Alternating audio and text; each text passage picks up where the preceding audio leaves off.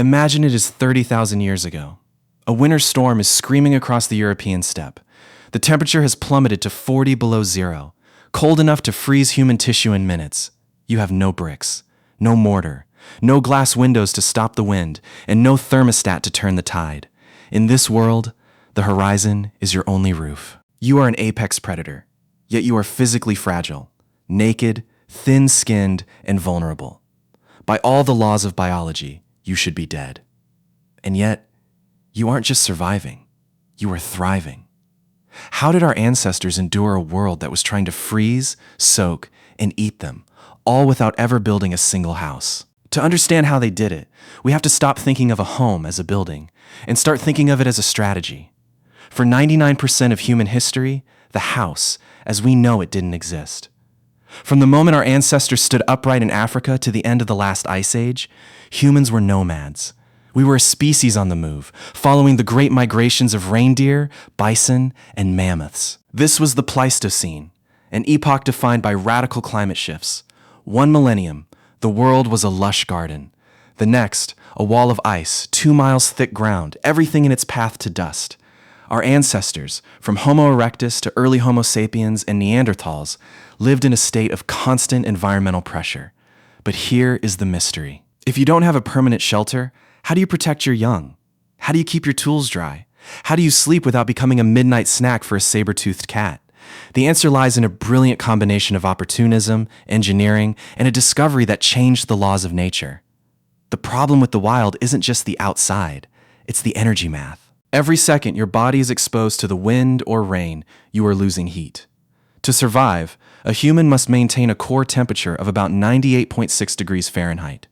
If that drops just a few degrees, your brain slows down. A few more, and your heart stops. But the environment offered no easy solutions.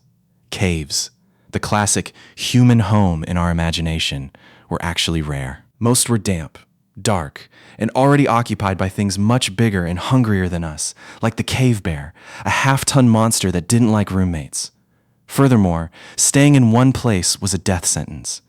If you stayed in your house while the herds moved 500 miles north, you would starve. Early humans faced a paradox. They needed the protection of a structure, but the mobility of a ghost. They had to figure out how to take their environment with them. The first and most important house humans ever built wasn't made of wood. It was made of light and chemistry. It was fire. Archaeological evidence from sites like Mezhyrich Cave in South Africa suggests humans may have been using fire as far back as 1 million years ago. Fire created a thermal envelope. It wasn't just for cooking. It was a wall of heat that predators wouldn't cross. It turned a patch of dirt into a safe zone. But when fire wasn't enough, they became the ultimate scavengers of space. While we call them cavemen, evidence suggests they rarely lived deep inside caves. Instead, they utilized rock shelters, shallow overhangs that blocked the rain and reflected the heat of a fire back toward the sleepers. As humans moved into the brutal cold of northern Eurasia, they had to get even more creative. In the treeless steppes of modern-day Ukraine and Russia, there was no timber to build with. So, they used the only material available, the bones of the giants they hunted. Archaeologists have discovered the remains of these mammoth houses at sites like Mezhyrich. These weren't just piles of bones. They were engineered. Mandibles were stacked to create foundations. Tusks were used as roof rafters. One hut could require the bones of nearly 100 mammoths. They were heavy, stable, and incredibly warm when draped in furs. For a long time, we thought these sheltering skills were unique to us, Homo sapiens. But a shocking discovery in 1990 changed everything. Deep inside Bruniquel Cave in France, researchers found strange, circular structures made of broken stalagmites. These weren't natural. They were built. The shocking part? They are 176,000 years old. That is long before modern humans arrived in Europe. These were built by Neanderthals. This discovery suggests that the drive to build, to create a designated, structured space, is an ancient urge shared by other human species.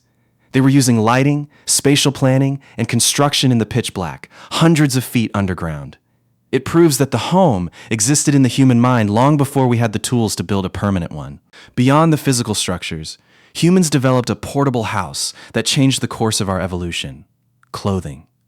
By tailoring animal skins to fit the body, we created a microenvironment. This allowed us to carry our warmth with us, effectively turning our own skin into a shelter. This was high-tech for the era, using bone needles and stone scrapers to create multi-layered garments that could breathe during exertion and insulate during rest. But the most effective survival mechanism wasn't fire, or bones, or furs. It was the group. A lone human without a house is a target. A tribe of 20 humans with a fire, a perimeter of spears, and a shared memory of the landscape is an impenetrable fortress. Cooperation was the ultimate roof over our heads. So, what was a Tuesday like 20,000 years ago? Life was a rhythm of seasonal architecture. In the summer, you might live in a light lean-to made of willow branches and deer hide, situated near a river to catch the breeze. As autumn turned to winter, you moved. You sought out the southern face of a mountain to catch the maximum amount of sunlight. You hauled your mammoth tusk supports or searched for a known rock shelter used by your ancestors for generations. The floor was often lined with dried grass or pine boughs to create insulation from the cold earth. The smell of the home wasn't fresh laundry. It was wood smoke, cured meat, and the earthy scent of animal fats used to waterproof leather. It was crowded, it was loud, and it was smoky. But inside that circle of light, the terrifying world outside vanished. Today, we spend 90% of our lives indoors. We see the wild as a place to visit, not a place to belong.